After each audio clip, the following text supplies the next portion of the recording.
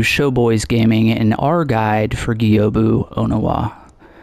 For this boss fight, we want to have at least one skill for sure, and that is grappling hook attack. It's just going to allow us to get some free damage in when we grapple over to him at certain parts of the fight. Any of the other skills that help with posture will help with the first strategy I'm going to show in this. You can also use the shinobi firecrackers to kind of startle his horse. I never use it because I just don't find it very effective. If you're really struggling, you might want to try it. Might work for you. For the first phase here, I'm going to show a strategy that's kind of easy but very long. And that is literally holding L1 to block his attacks and allowing his spear to hit the ground and then attacking him 3 times and then immediately holding block again. And you really can do this through the whole of the fight, phase 1 and phase 2. So I did this originally when I played the game because this is kind of your first big hurdle as far as the bosses in the game, but I don't recommend that you fight him like this at all. I recommend the second strategy, which is going to be deflecting his attacks, and that's with just tapping L1 at the time that the attack is landing on you. And that's because everything in this game is built around that deflect system, and you need to learn it, and learning it as early as possible is really going to help your path through the rest of the game, because there's going to be bosses that you can't just take their damage, right? So for the first little bit, I'll show off the blocking strategy, and then we'll move to the deflecting strategy. Anytime that you see a grapple point when he runs away from you, you want to pull it and then use that grapple hook attack with 2 R1s as you're coming down on him. He does have a perilous attack in phase 2, which is kind of a sweep that he does with his spear that can pierce you and do a lot of damage. So anytime you see that kanji, that red kanji, pop up, you want to run away. He also has kind of a spinning attack with his spear. If you're far enough away, it's not an issue. You can deflect those and you can grapple to him for some free damage. If you're close to him during that, you can just wail on him because the attack's not going to hit you. It's kind of a large area of effect attack. So for the first part here, he's going to run through the gate. We want to run up to him and smack him as many times as we can to open the fight. And let's move on in.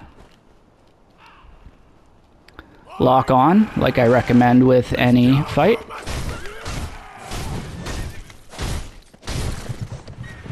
And we don't want to hold block unless he's near us, because we don't want to build our posture up too much, because he can break our posture. Spear is stuck in the ground. He broke our posture, but we can still get 3 attacks in, and then hold block immediately. 1, 2, 3, hold block. And then that's the 2. Uh-oh. So, if you get hit, back off and heal. And then here's the grappling point. We missed it, unfortunately.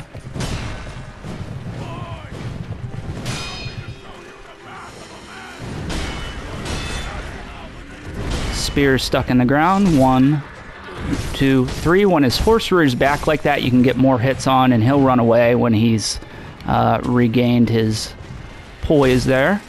Grappling hook attacks when you pop over to him. Typically, when he breaks your posture, it's on the 3rd attack, so he can't even attack you quick enough to hurt you. If you get hit, back off and heal. There's the spinning attack I was talking about.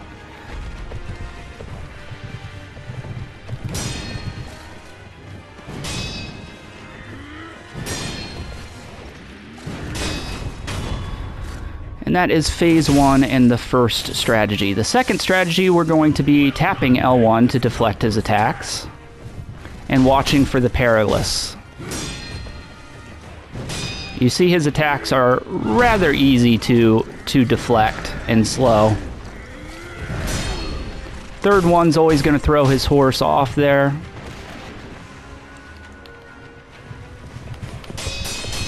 When he does that thrust attack, you can just mash L1 to deflect him. That's the perilous I was talking about. Here's the spinning attack. You can really work him over if you grapple point him. And we're just watching for his attacks and deflecting, and it's making the fight go much faster and much smoother in my opinion, and it's going to help you in the long run for the rest of the game. Grapple over to him when you can.